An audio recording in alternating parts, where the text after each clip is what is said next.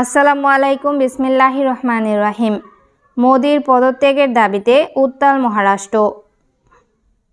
সামনেই মহারাষ্ট্রের নির্বাচন। তার আগে মাত্র কয়েক মাস আগে সিন্ধুদুর্গে নবনির্মিত শিবাজি মূর্তি ভেঙে পড়ার ঘটনায় ফুঁসছে রাজ্যের বিরোধী জোট। যদিও এই ঘটনায় ক্ষমা চেয়েছেন খোদ প্রধানমন্ত্রী মোদি, কিন্তু তাতেও কমেনি অশান্তির আঁচ। রাজ্য জুড়ে চলছে প্রতিবাদ, উঠছে মোদি সরকারের পদত্যাগের দাবি। খবর ইন্ডিয়ান এক্সপ্রেস বাংলার।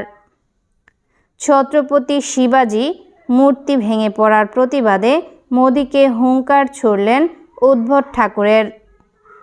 সিন্ধুদুর্গে শিবাজি মূর্তির পতনকে মোদি সরকারের পতন হিসেবেই দেখছে বিরোধীরা। শিবাজি মূর্তি ভেঙে পড়ার প্রতিবাদে বিরোধী দলগুলো গেটওয়ে অফ ইন্ডিয়ার দিকে মিছিল করার সময় প্রাক্তন মুখ্যমন্ত্রী এবং শিবসেনা ইউবিটি নেতা উদ্ধব ঠাকুরের সরকারকে মনে করিয়ে দিয়েছিলেন যে মহারাষ্ট্রের জনগণ তাদের কখনোই ক্ষমা করবে না। উদ্ধব ঠাকুর বলেছেন, আমরা এখানে জড়ো হয়েছি এই দুর্নীতিগ্রস্ত সরকারকে ভারত থেকে উৎখাত করার জন্য। বিক্ষোভ নিয়ে কি বলেছে বিজেপি?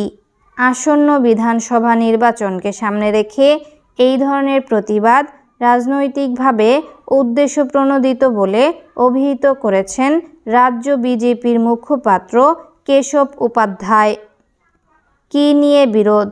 মাত্র 8 মাস আগে প্রধানমন্ত্রী নরেন্দ্র মোদি যে মূর্তিটি উন্মোচন করেছিল, সেই মূর্তিটিকে কেন্দ্র করেই শুরু হয়েছে মহারাষ্ট্রে রাজনৈতিক কোন্দল।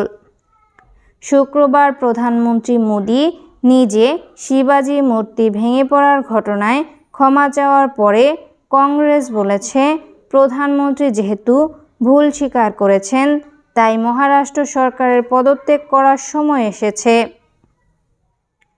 মহারাষ্ট্রের সিন্ধুদুর্গে ছত্রপতি শিবাজি